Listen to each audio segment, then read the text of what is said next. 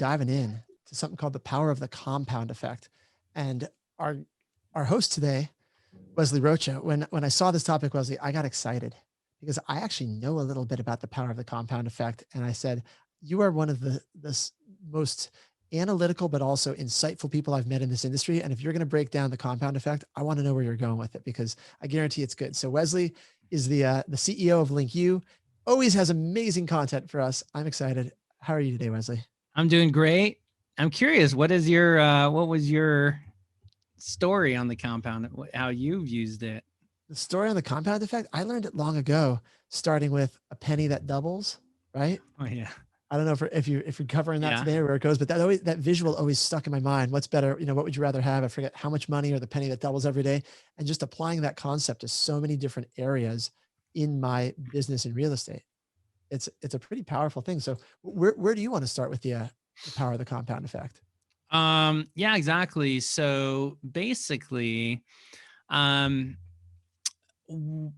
let's see, where do I go? Where do I start? I don't want to go too far back. So one of the things that I've realized I talk to a lot of agents and, get to know kind of like everyone's backstory and what they've been doing and all this kind of stuff. And, I come from like a digital marketing background, as far as that's where like my training is, direct response marketing, things like that.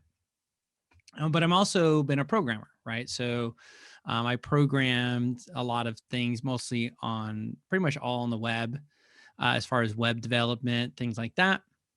And in doing marketing, one of the things that you work on is you're trying to build your database, right? You're trying to build your list so you have more people to email and more people to contact and a bigger audience. And the idea is of the bigger audience, then you can reach more people and sell more and all that kind of stuff. Well, in working and talking with agents, one of the things that I noticed was how many people would basically, like, it's almost like they're starting fresh every year as far as like their referrals or where their business comes from or whatever. And a lot of people are looking for like things that work. So they're attending different trainings like this one or other ones, and they're trying to find like, hey, they're just trying to educate themselves and learn about stuff. Or in some cases, people are really trying to find the answer to, I guess, how to grow, right? How to get to that next step. Now, the surprising piece to me was a lot of these people had been in the industry for a long time, 13 years, 8 years, 25 years, 30 years. And some would have trouble during COVID, because of everything happening and just how all these ups and downs. And at first it wasn't completely obvious, but as I dug deeper and started talking to more people, I was thinking, wait a second, like you're working, like I know that for every transaction, you should have, maybe 1 or 2, 3 transactions from each transaction, right? And that's a referral, or that's repeat, or that's whatever, all these different things. And so I was thinking, if you've been in the business 10 years and I'll go to my illustration at this, I'll go to the illustration at this point. But if you've been in the business for 10 years, and let's just say, I've got, I got like 5 deals my first year or something. And then the next year, there's some initial growth that happens, right? So you get some growth maybe in your first years. And then somewhere along the line, right, you're like, okay, great, I'm growing. And then somewhere along the line, you kind of just hit this plateau. And maybe you're stuck at 10. Everyone's stuck at different numbers, 8, 10, 12, 16, just whatever it is. It doesn't matter. And you're kind of just like hovering at this range, trying to figure out, like, how do I go to the next level? You want to know how, if you're stuck at that range for too long, if you are known in your office as the X million dollar producer, right? Oh yeah, they sell 10 million, they sell 6 million, they sell 50 million. If you've sold the same volume for so many years in a row and you start to get known, like, oh yeah, that's just what you are. You've hit that plateau. You're describing Yeah. most agents' careers. And I think, everyone like has this, they want to grow, they want to sell more, they want more free time, all these different things. And with this, what you end up doing is it's almost like the air conditioner, right? When you're like, okay, I'm getting here, and then like the air kicks on. So, you're on track. Let's say you're doing 9 or 10, but now you're on track for 13. You kind of, all right, gotta take it easy now, right?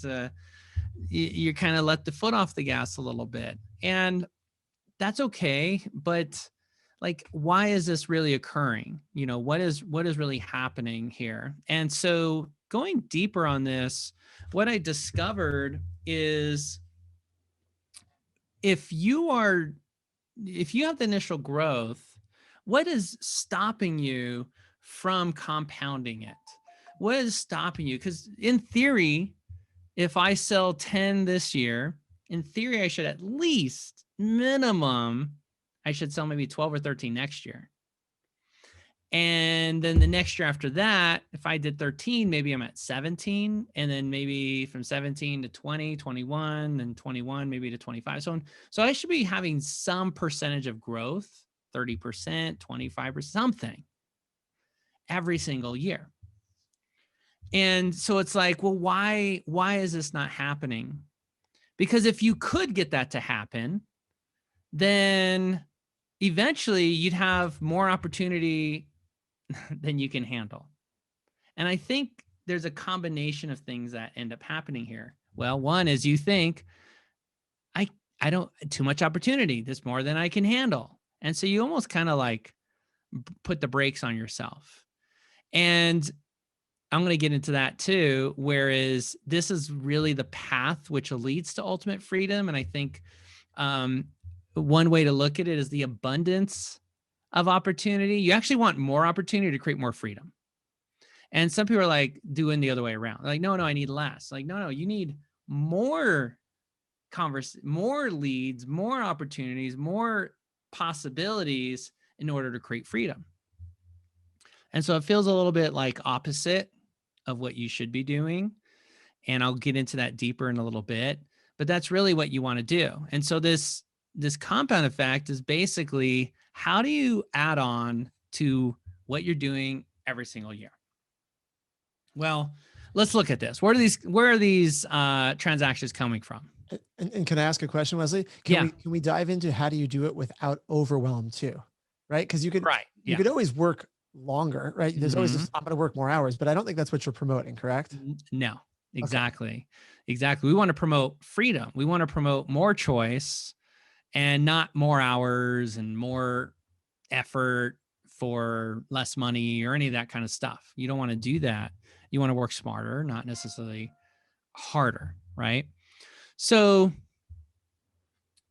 if I sold 10 or if I sold 12, whatever, why am I not? What's happening? So where should these transactions be coming from? Where should they be coming from? Well, they should be coming from probably referrals, majority. I think a lot of people in here would probably say more than 50% of their existing transactions are referrals. So if that's true, and this is where I had kind of the epiphany, I'm like, okay, so 50 to 75% of your transactions currently are referrals. Yes. And that's been like that, like every year. Yeah. For the last few years, I get a couple like I meet or generate an open house lead or this lead or that lead. And I might get a few there, but pretty much over 50% of them are referrals. So why is it you're selling more homes, meaning you had 10 past clients last year and you got X number of referrals this year, but now you add another 10 past clients. So now you have 20 past clients, but you have the same number of referrals. What's happening? Imagine 5 years of that, 6 years, 7 years, 8 years, 10 years of that, but you still have the same client. Why?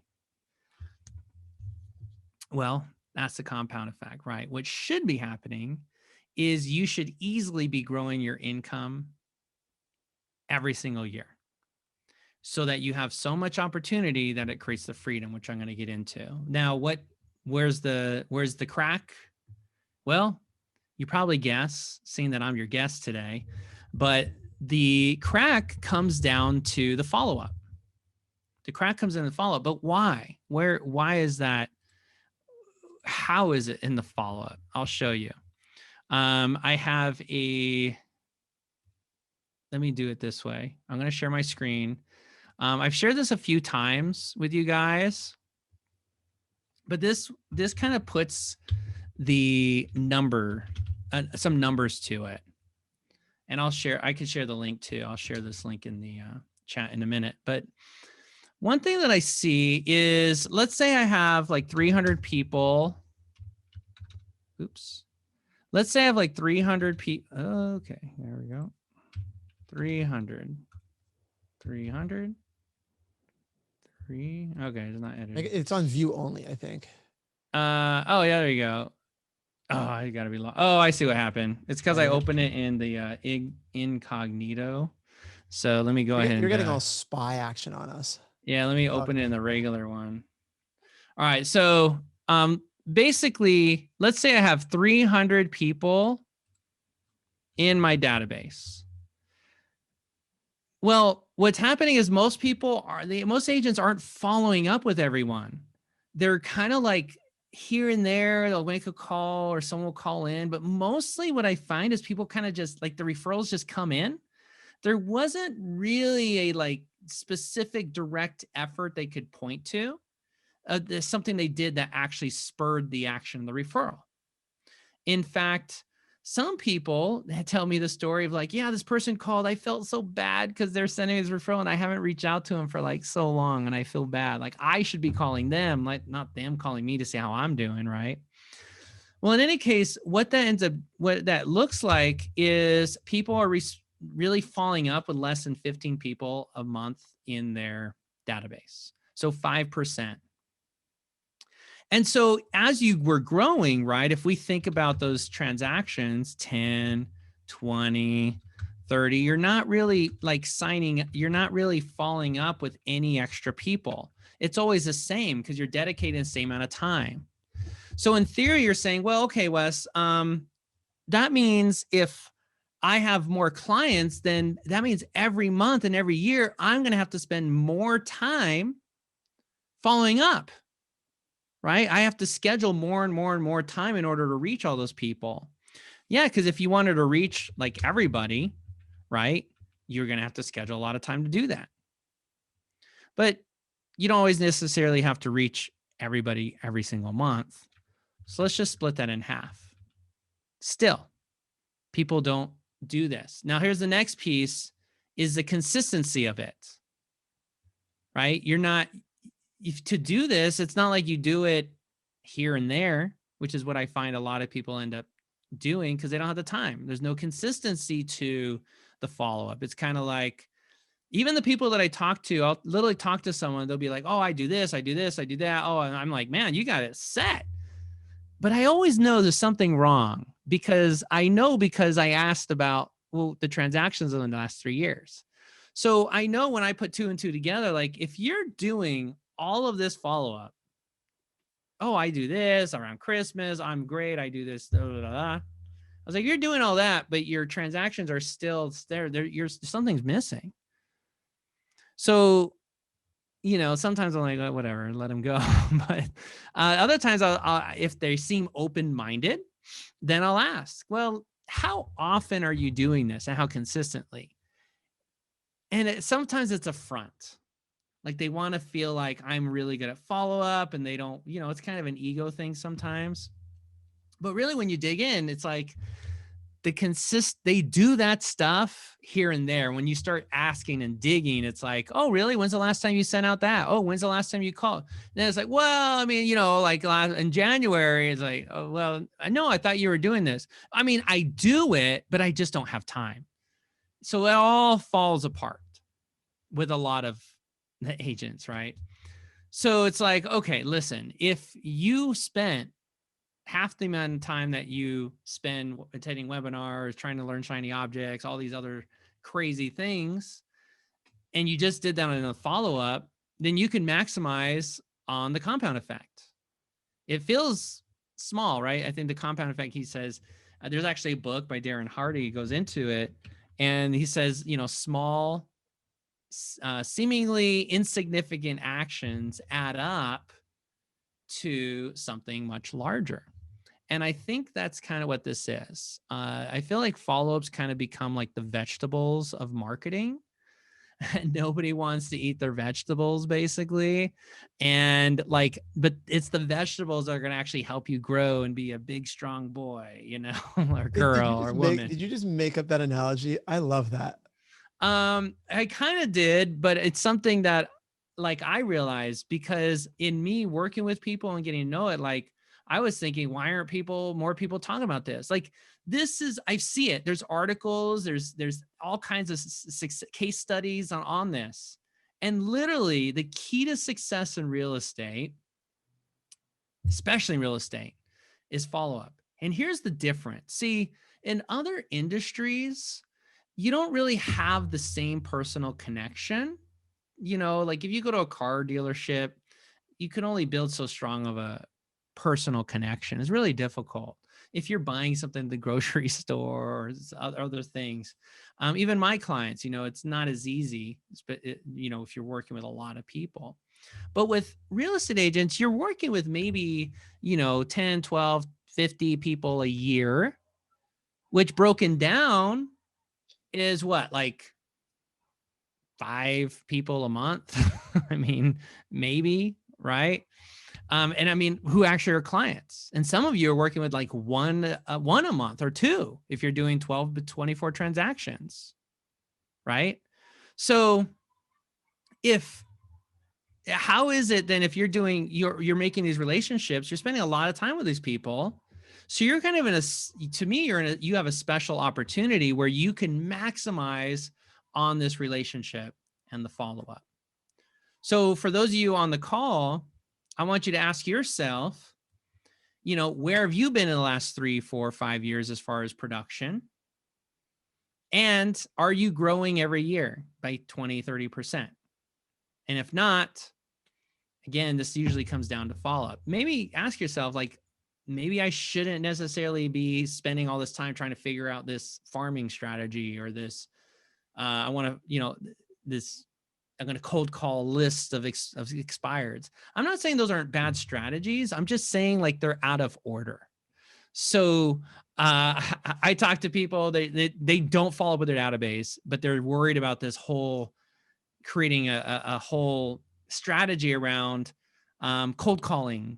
I don't know, like farming a neighborhood or a list of something or whatever it may be, just all these different things. And it's because everyone wants the listings, and that's fine. But it's like, you know, 66% of listings come from your database.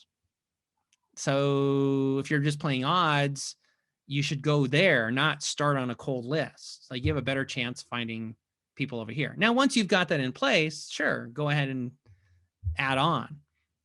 But in any case, that's what it's about. So there's one other piece to this, which I was leading into, which is the opportunities. And that is, okay, so if you are building your database the way that you could be, and even if you're doing, some of you might be doing consistent, no one's doing consistent lead gen, most people aren't, but if you were to do consistent lead gen, you can actually grow your database as well, right? I'm not going to get into that so much, but the point is you're meeting people, whether you have leads, whether you have whatever opportunities coming in, this database is growing. So it might go from 50 to 100, oops, and then 100 to 150. Now, what I want you to pay attention to is how many transactions you get, all right? And that's this number right here. So as your list grows, oops, as your list grows, right, you should be getting more. Oops, I think I broke it. There we go. As your list goes, you should be getting more and more transactions. Now, these are pretty low percentages I'm using just to be super conservative. But as you could see, oh my God, I keep changing the wrong one. As you can see, if I go 350, this contracts number keeps changing, right? So it goes higher and higher and higher depending on how many people you have. And this is basically the compound effect at work.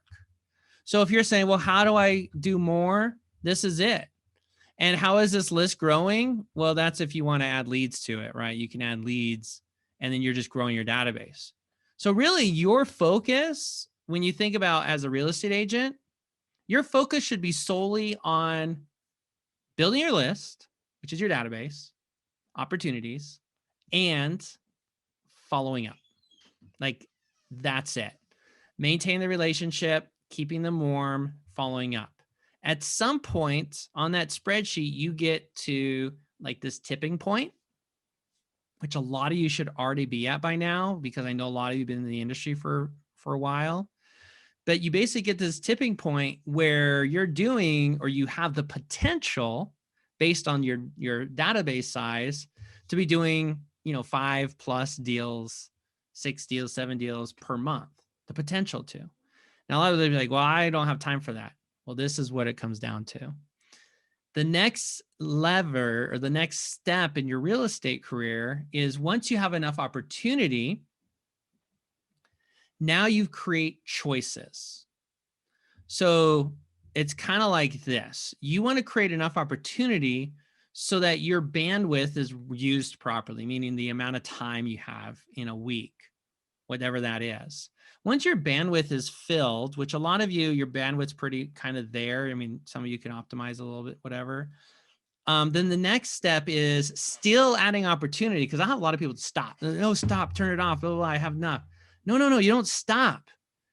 This is when you start choosing who you're going to help and who you can service. This is when you start moving into maybe that price point you've been wanting to move into. Now you set like, okay, I work with people in this price point or whatever it may be.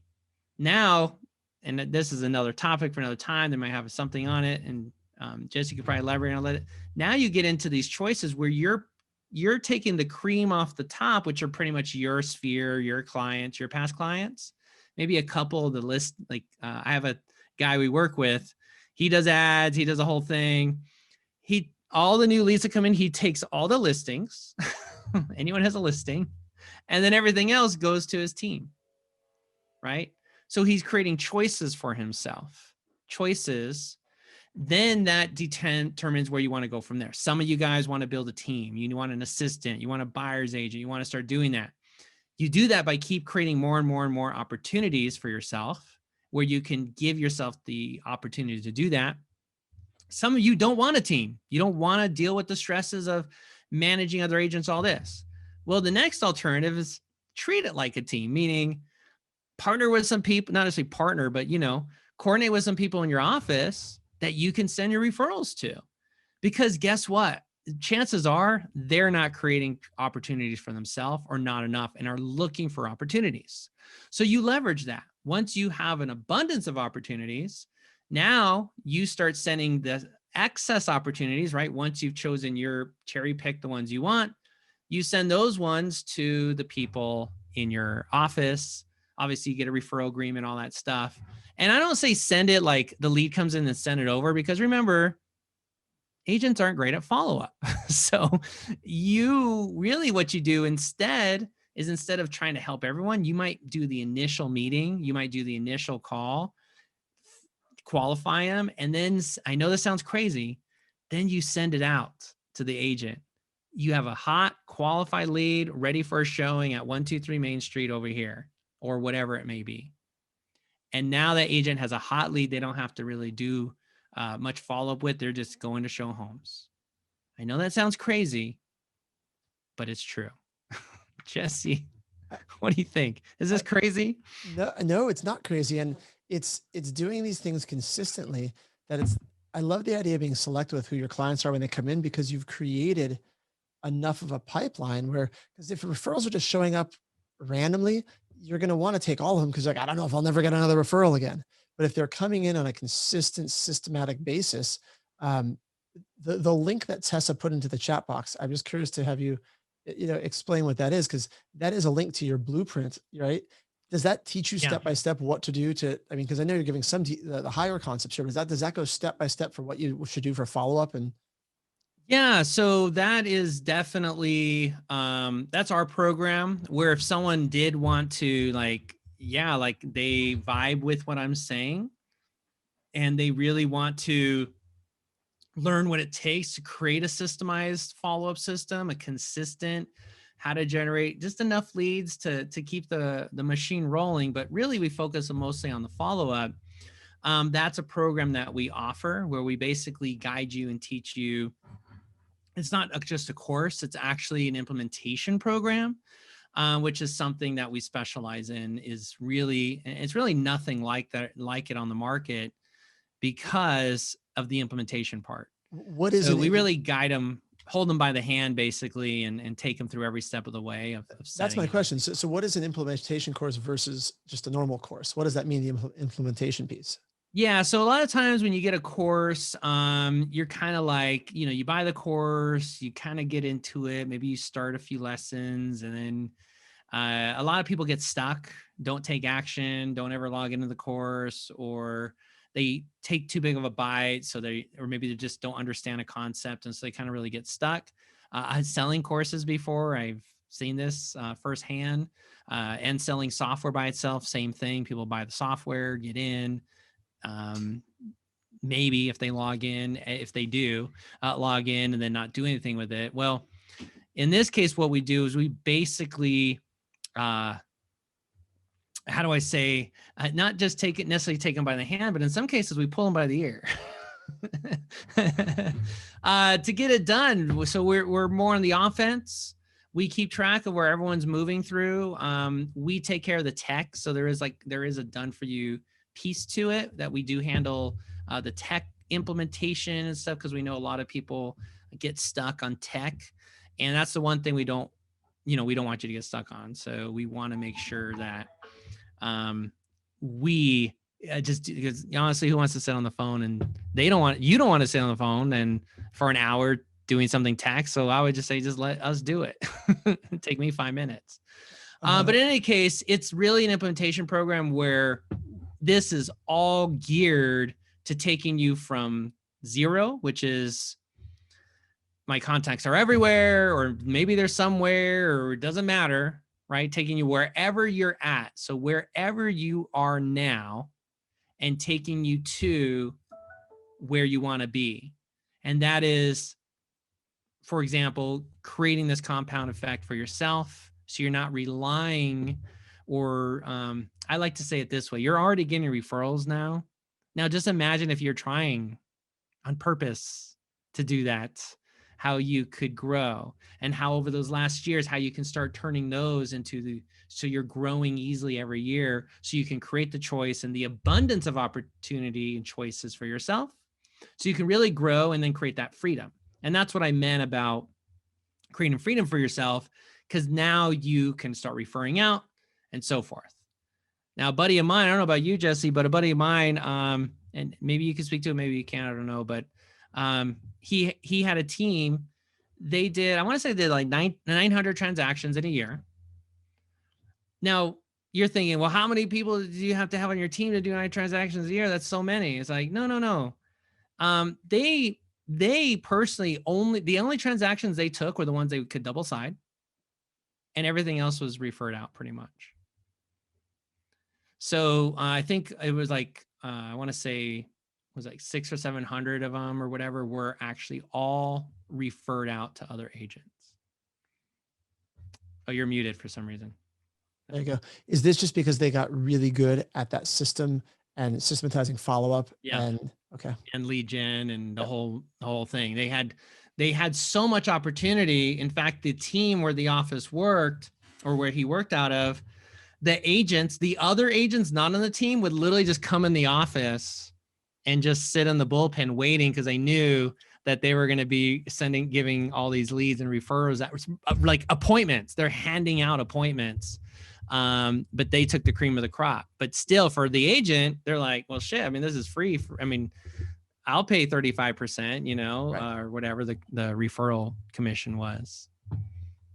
Yeah. Crazy. And, Right. and that's leverage. I love that you framed it up that it doesn't matter if you have a team, you don't want to start a team, there's still a way to leverage this, that it's because that is really the psychology behind what stops most agents are. As soon as they get busy, they stop doing what got them busy. Right. Yeah. Because it's like, I'm too busy. I got to slow it down. I can't tell you how many people I used to talk to, be like, hey, you're looking to grow. You're like, oh, I have more than enough business. And then, well, yeah, today, 3 months, 6 months later. And now that's a whole nother story. Now they're scrounging around for business, and they get stuck in this loop. They just get stuck. It's the same story. It's like Groundhog Day, every year, same thing, same story. And, I talk to people who want to retire, and it's like, everything just stops. Imagine if you had a system running, you could retire and you still have an income from your referrals, right? Or you get sick or something happens, if you have the system created, maybe you can't do the listings yourself, but somebody's able to do them. And that's why team leaders start teams. That's why Tristan doesn't personally sell homes anymore. He has a team that sells homes, but he's still the team leader, right? That's why they do that. It's like growing a business, being the business owner. That's what it is. It's leverage. Right. Exactly. But it starts from building a surplus of business. It starts from building a surplus through lead generation and follow-up. Yeah. So in your line of work, Jesse, what are some things you feel like you guys have done to kind of capitalize on some of this yourself, or maybe upcoming, or something you guys have done before? Yeah, I mean, the basics in terms of follow-up, it's funny, every time I'm on a webinar with you, I think about what we've done right, but then I really go deep into the things that we haven't done. Like, I have so many things that pop in my head that this is a perfect reminder of, I know some of these things, but you don't tend to do a lot of them on your own once you hit whatever your threshold is for success, right? I mean, I run a team here in San Diego, and we have gone through our database, and we've categorized our A, B, and C clients, A being people that have, sent us at least one referral. And we do a better job of keeping in touch with that group, but there's so many other people that we don't do that much with and could do a ton more. And having that done with you component probably would be a game changer. So yeah. Do you guys do much with referrals? Do we do deals from referral now? I mean, do you do a lot with referral of your business? Yeah. I mean, I would say we're still heavy on the paid lead gen. So I'd say we're probably more like 30-40% referral, which is how. And what about you guys referring out to other? Yeah.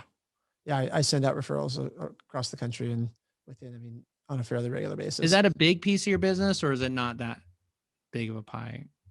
It's not that big of a pie. It's something that every time I listen to you, that's what I'm saying. Every time I listen to you talk, I think we could easily scale up that. All right, so Jesse has learned some stuff. No, it's not stuff a lot of us know this stuff, right? And we just execution. Don't do it. We don't execute, and we want to make everything harder than it needs to be. We think there's some other magical formula or some other thing that you have to do. And it's really like if you go back 10, 20, 50, 80, I don't even know how many years, right, to the beginning of real estate, what is the formula for a successful agent? What is it? Relationships is really where it all is. And I mean, think about it. Go back in time. Think about the signs.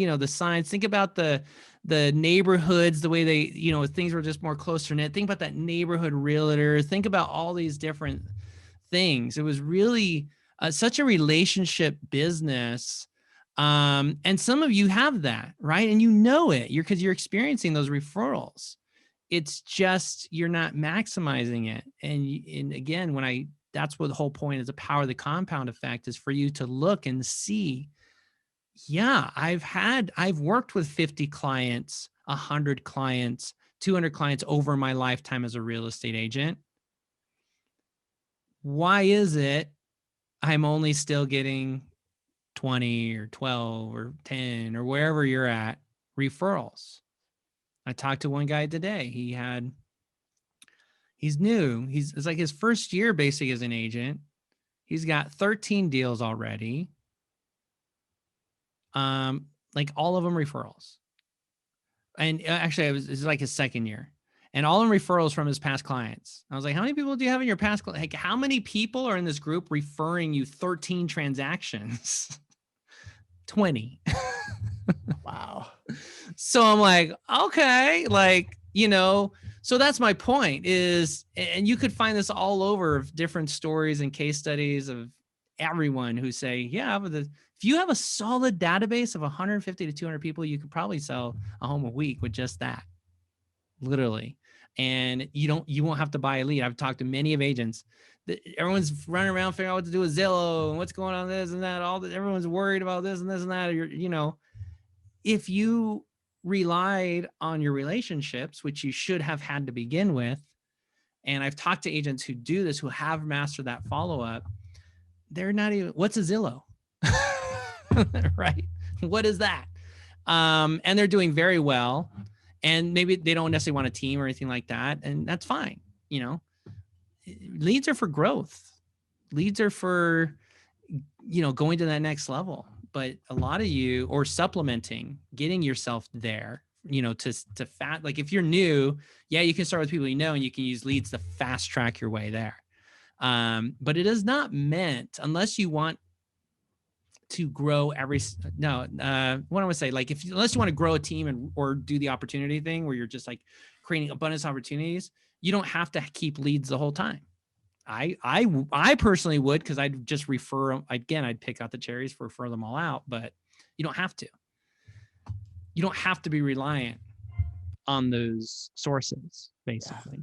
Yeah. And more cherries will show up when you have a larger amount of leads, whether it's paid or from follow-up with your sphere. I mean, that is something I've seen over and over in my career when I've looked at, I could scale back on this, I could scale back on that, but you're right. I mean, it's one of the reasons why I run a team is because you want to generate enough opportunities that those really good ones do pop up. Right. Exactly. They're not all going to be the easy $1 million laydown sale or $2 million, whatever high price point is for your market, 500,000, whatever that is. But the more opportunities you create, the more likely you are to stumble upon those really amazing referrals. Yeah, exactly. So, for those of you watching, I recognize a couple of names in here, but for those of you who aren't already, working with us or whatnot, think about it. Like, do you need some direction? Do you need, like, are you ready to kind of move to that next stage? We are looking for agents for this program. It's not something like we just sell to everybody. So we are looking for people. We do look for, we're really looking for people who, have about 150, 200 people in their database or available, that they know. People who are obviously determined to grow, who are serious about taking that next step and taking that action. Are willing to be open-minded to, like, okay, I've tried it this way and I'm open to, I like the idea of follow-up. It makes sense. I've been wanting to do this. I want to be better. I want to have systems. I want to sell more and create more freedom and all that kind of stuff. And if that sounds like you, Tessa put a link there in the chat where you can basically apply for this program.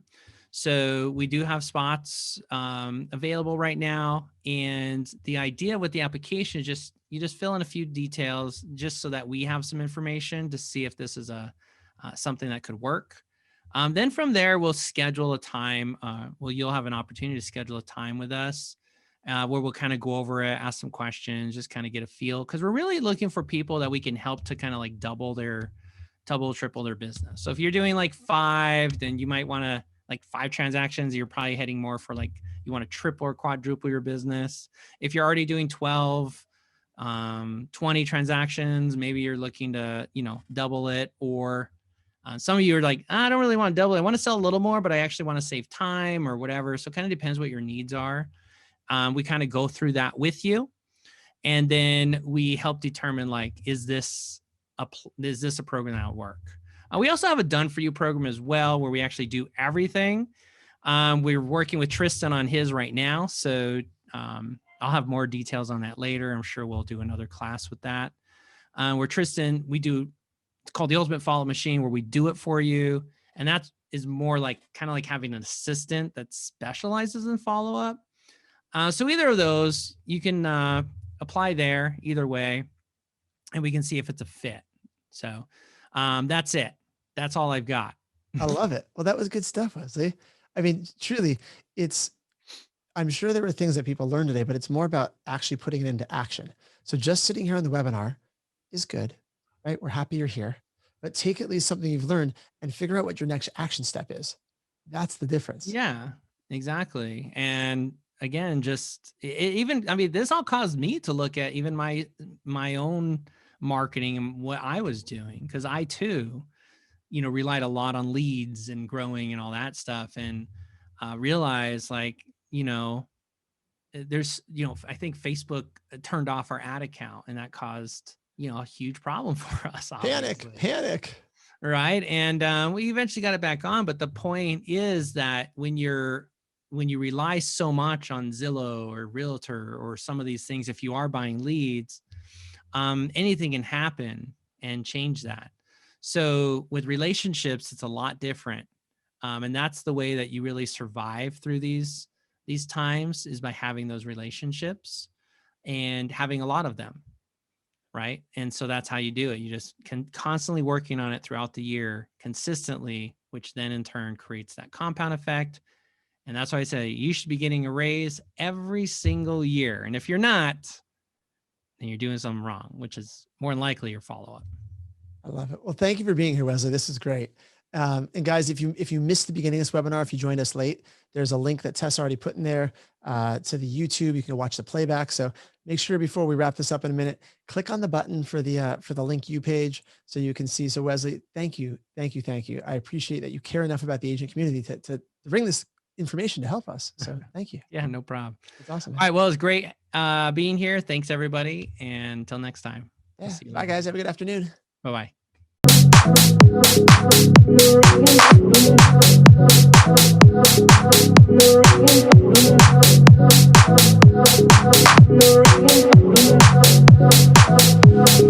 No